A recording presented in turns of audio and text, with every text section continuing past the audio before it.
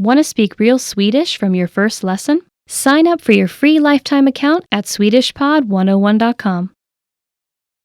When you decide to learn a language, it's exciting, but there are lots of different ways to approach your studies. What can you do to make sure you start things off in the best way for yourself? In this video, we'll cover 6 things for you to consider to get you started on the right foot. First, what is your reason for learning? Thinking about your why for studying a language can be so important. If you know why you're doing something, it becomes easier to create goals. There are lots of reasons to learn a language: travel, family, friends, love, and even the experience of living in a new country. Clarifying your reason for learning helps you define your mission and gives you motivation right from the start. Some reasons for learning may be stronger than others. If you live in a country that speaks the language you need to learn, you're probably highly motivated to study because your progress will directly affect your daily life and relationships. If, however, your reason for learning is something like, I want to be able to watch TV shows in that language, your motivation might not be as high as the person in the first example, but that's okay.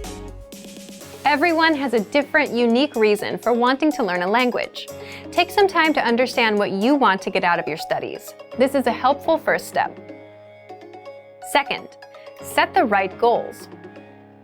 Once you've clarified your reason for learning, it's time to set your goals. Don't make goals like, I want to be fluent one day. This type of goal is problematic because there's no deadline for the goal, no clues about how you'll achieve your goal, and no way of knowing when you've reached fluency.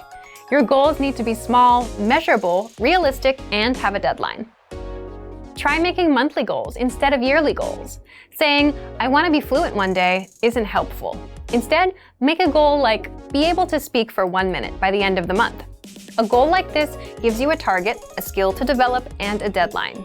You have 1 month to practice your speaking skills enough to be able to talk for 1 minute. You can set a timer and track how long you're able to speak.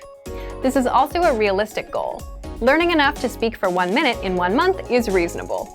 You can even think of how you might reward yourself for achieving the goal. Third, reward yourself for achieving your goals. You can determine your rewards when you determine your goals. Rewards are powerful motivators. You should be working consistently towards your goals, but there will undoubtedly be times when the work isn't fun and you need something to push you through. When you come home after a long day of work or school on a rainy day, maybe the last thing you want to do is open a book and start studying. It's so much easier to turn on Netflix or scroll social media, but if you have a reward, you can use it as a motivator. As mentioned before, it's important to remember why you're learning a language and what your goals are. For many people, thinking about the rewards they'll get along the way boosts their motivation. If you give yourself something to look forward to, it can help you get through the times you may not feel like putting in the work. Fourth, match your routine to the study medium. The word routine here refers to your everyday routine. You need to understand your personal schedule and your personality to make a study schedule that's right for you. It may come as a surprise that this is a step where many people fail. They think they can do a lot more than they actually can, get overwhelmed, and quit. In the end, the people who give up after just a few weeks of hard study are only able to do a fraction of what they planned to be able to do. It can be tough to understand your own limitations. We all like to think we're capable of doing anything we put our minds to, at any time, on any day. But the reality is, there will be times when we're tired, bored, or just don't feel like studying. We need to be able to plan for times like these. To do that, we need to understand our own limitations. Try this. Write out your weekly schedule. Where do you have some existing time that you can spend on studies? For example, maybe you have some time on your commute every day, or sometime during a lunch break. If you're super busy, like most people, look for places in your day that naturally make sense, instead of trying to create a whole new block of time to devote to your studies. Maybe it's when you visit a cafe, or when you're on the bus or train.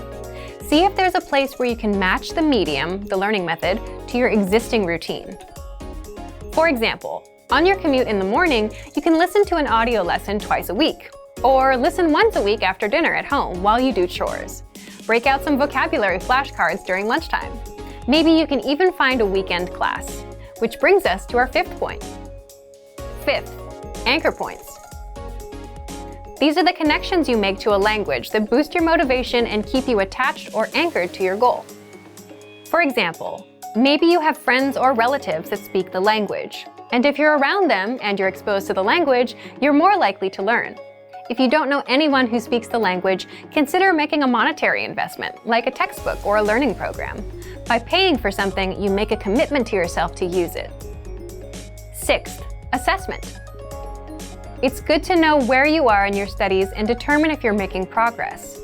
If you're not moving forward, maybe the methods you're using aren't quite right for you. Or maybe you need to find new ways to add studying into your routine to give you more opportunities to learn. But don't do assessments so often that you don't actually have a chance to learn. For example, if you take a test once and get a score you're not happy with, don't immediately take the test again. Give yourself time to study and develop your skills more. Then you can come back and try again. Assessment is a great way to keep yourself on track, but don't let tests take over your studies. In this video, we talked about 6 things to consider when you start learning a language. Figure out your reason for learning, set good goals, and choose rewards. Have anchor points, and make sure to match your routine with the medium of study. And finally, make sure you have the proper approach to assessment of your progress.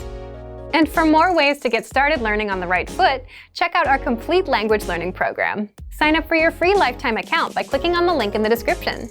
Get tons of resources to have you speaking in your target language. And if you enjoyed these tips, hit the like button, share the video with anyone who's trying to learn a new language, and subscribe to our channel. We release new videos every week. I'll see you next time. Bye!